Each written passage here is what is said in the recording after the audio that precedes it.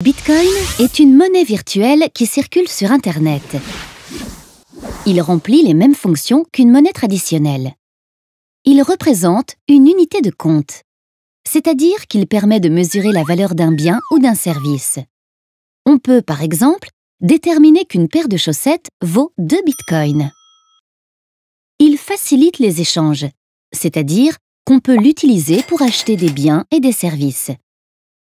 Et il peut être stocké pour être utilisé dans le futur.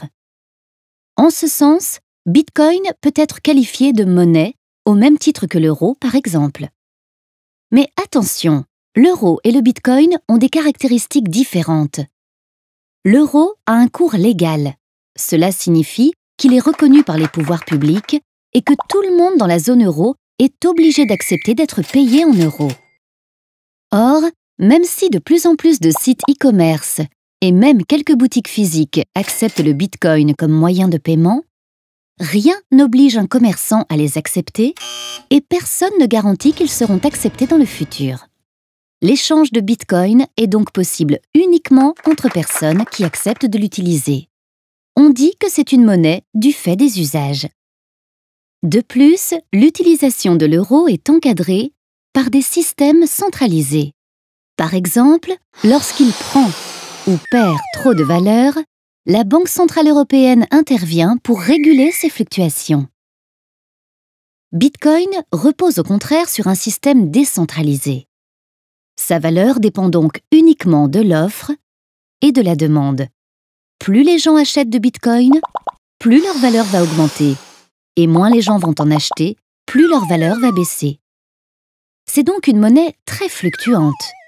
Un Bitcoin valait environ 40 € en mars 2013, 800 € en novembre 2013 et plus que 480 € début juin 2014. Par ailleurs, dans un système centralisé, l'utilisation de la monnaie est encadrée par des règles. Par exemple, en France, en cas d'utilisation frauduleuse de sa carte de crédit, les banques sont obligées de nous rembourser.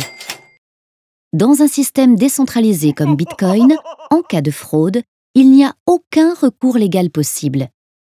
Mais l'utilisateur peut toutefois souscrire une assurance auprès d'organismes spécialisés pour se faire dédommager en cas de problème. Bitcoin est conforme à la définition théorique de la monnaie et est la première monnaie sans banque. Cependant, elle comporte encore des risques importants pour les utilisateurs.